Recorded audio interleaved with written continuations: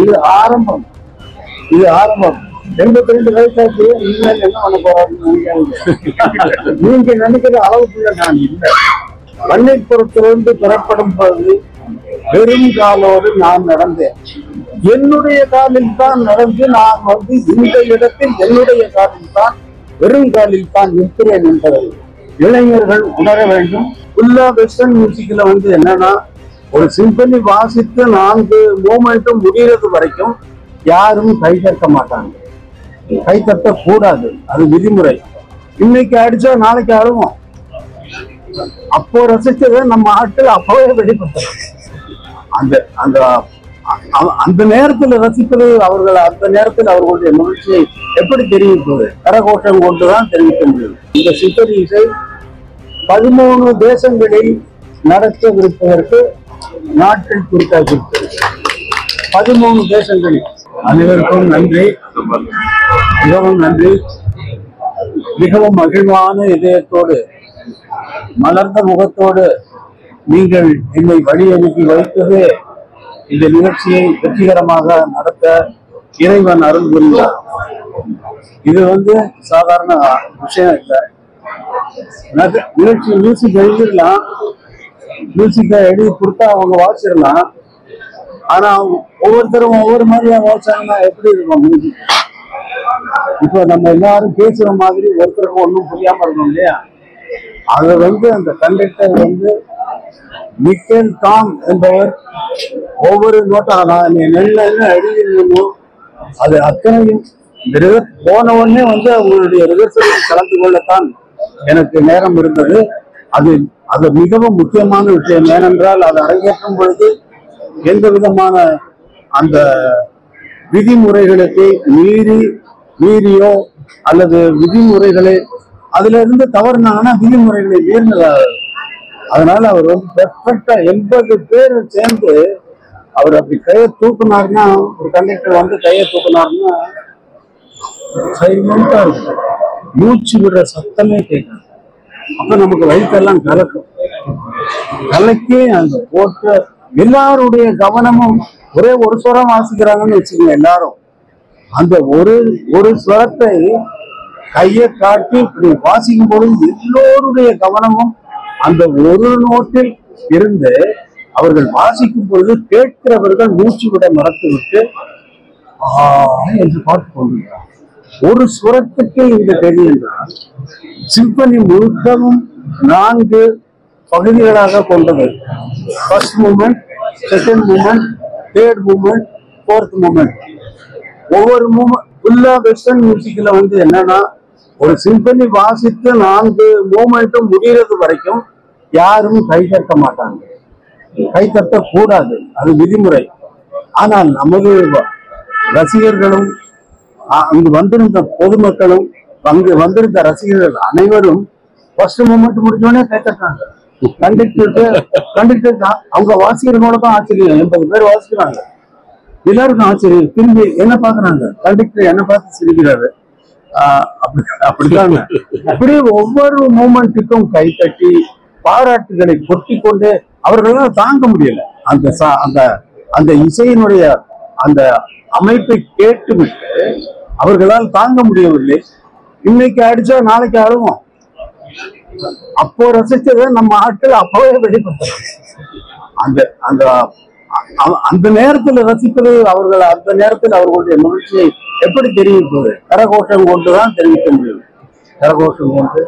அது மாதிரி இது எல்லா இசை வல்லுநர்களாலும் பாராட்டப்பட்ட ஒரு சிம்பனி. அது உங்கள் வாழ்த்துக்கள். நீங்கள் வந்து வாழ்த்து, மனமாற வாழ்த்து என்ன அழைத்துள்ளீர்கள் அல்லவா? அந்த மகிழ்ச்சி இந்த தமிழ்நாட்டிற்கும் இந்தியாவிற்கும் பெருமை சேர்க்கக்கூடிய ஒரு பெரிய நிகழ்ச்சியாக இது மாற்றம் எடுத்திருப்பது இறைவனுடைய அருளால். அந்த முதல்வர் வந்து அரசு மரியாதையோடு என்னை வரவேற்றது எனக்கு மிகவும் நெஞ்சத்தை நிறைய வைக்கிறது. முதல்வர் அரசு மரியாதையோடு வரவேற்பதை போலவே தமிழக மக்கள் அனைவரும் என்னை வாழ்த்தி கொண்டிருப்பது, வரவேற்பது எனக்கு மிகவும் பெருமையாக இருக்கிறது. இந்த இசை நிகழ்ச்சியை, இந்த இசையை நீங்கள் டவுன்லோடு செய்து கேட்கக்கூடாது. டவுன்லோடுன்னு சொல்றப்ப மட்டமா நினைக்காதீங்க. என்னன்னா நேரடியா கேட்கணும். என்னுடைய மக்களை நான் நேரடியா இசைத்து அந்த அந்த அந்த அனுபவத்தை, அது வேற. நீ அங்க உட்காந்து அந்த சைலண்டா அந்த 80 வாத்திய கருவிகளும் அப்படியே கேட்கும். 80 வாத்திய கருவிகள் மொத்த ஒலிக்கருவிகளில் கேட்குமா? கேட்காது. நான் எவ்வளவோ பாடல்களை ரெக்கார்ட் செய்து கொண்டிருக்கும் பொழுது கூட ஒரு நோட்டு பிசகுனாலும் விடமாட்டேன், போட்டு வாங்கி விட்டுருவேன். ஃபுல் ரிஹர்சல்ல கலந்துக்கிட்டு மேடையிலையும் பக்கத்திலேயே உட்கார்ந்து கொண்டு தவறு செய்கிறார்களா என்பதை கவனித்துக் கொண்டிருந்தேன். இரண்டாவது பகுதியிலே நமது பாடல்களை, என்னுடைய பாடல்களிலே அவர்களை வாசிக்க வைத்து, நம்முடைய சினிமா பாடல்களையே வாசிக்க வைத்து நானும் ஒரு பாடலை அங்கே அவர்களோடு பாடினேன். அதுவும் மிகவும் கஷ்டமான காரியம். ஏனென்றால் அவர்களோடு பாடி எனக்கு பழக்கம் இல்லை. தினமும் அவர்களோட பாடுகிறேன். என்னுடைய பாடலை என்னுடைய தியேட்டரில் எங்களுடைய விதிமுறைப்படி நாங்கள் ரெக்கார்ட் செய்து கொண்டு வருவதுதான் வழக்கம். ஆனால் அவர்களோடு பாடி அந்த பாடலுக்கு மக்கள் கைத்தட்டி மிகவும் நல்ல வரவேற்பு கொடுத்தார்கள். சிம்பனி இசை, இந்த சிம்பனி இசை 13 தேசங்களில் நடத்தவிருப்பதற்கு நாட்கள் குறித்தாக்கியிருக்கிறது. 13 தேசங்களில். அக்டோபர் 6 துபாயில இருக்கு, செப்டம்பர் 6 பாரிஸ்ல இருக்கு, அப்புறம் ஜெர்மன் ஹாம்பர்க், இப்படி எல்லா கண்ட்ரிகளுக்கும் இந்த இசை, சிம்பனி இசை என்பது போகிறது. தமிழர்கள் இல்லாத ஏரியாவுக்கும் அங்கே பெர்ஃபார்மன்ஸ் பண்ணுவதற்கு இந்த ஸ்பான்சர்ஸ் புக் பண்ணிட்டாங்க. இப்பயே டேட் எல்லாம் கொடுத்துட்டாங்க, கையில போட்டுட்டாங்க. இப்போ நம்ம நாட்டுல நம்ம மக்களை கேட்க வைக்க வேண்டாமா? நம்ம மக்கள் கேட்கணுமா வேண்டாம்? கேட்கணும். எல்லாம் கேட்கறது வரைக்கும் அமைதியா இருக்கணும். அந்த அந்த மூமெண்ட் நீங்க அந்த பாட்டுல இருந்து அவங்க கையை காட்டுறதும் அந்த அமைதியோட இருந்து நீங்க ரசிக்கிறதுதான் இசை உலகத்தில், இசை பாரம்பரியத்தில் மிகவும் உச்சகட்டமான விஷயம். அதனால் என்னுடைய மக்களை, என்னுடைய மண்ணில் பிறந்த இந்த மக்களை என் மீது அன்பும் அவ்வளவு அன்பு வச்சிருக்காங்க. தெய்வமா கொண்டாடுறவங்க இருக்காங்க. கடவுளான இசை கடவுளுங்கிறான்.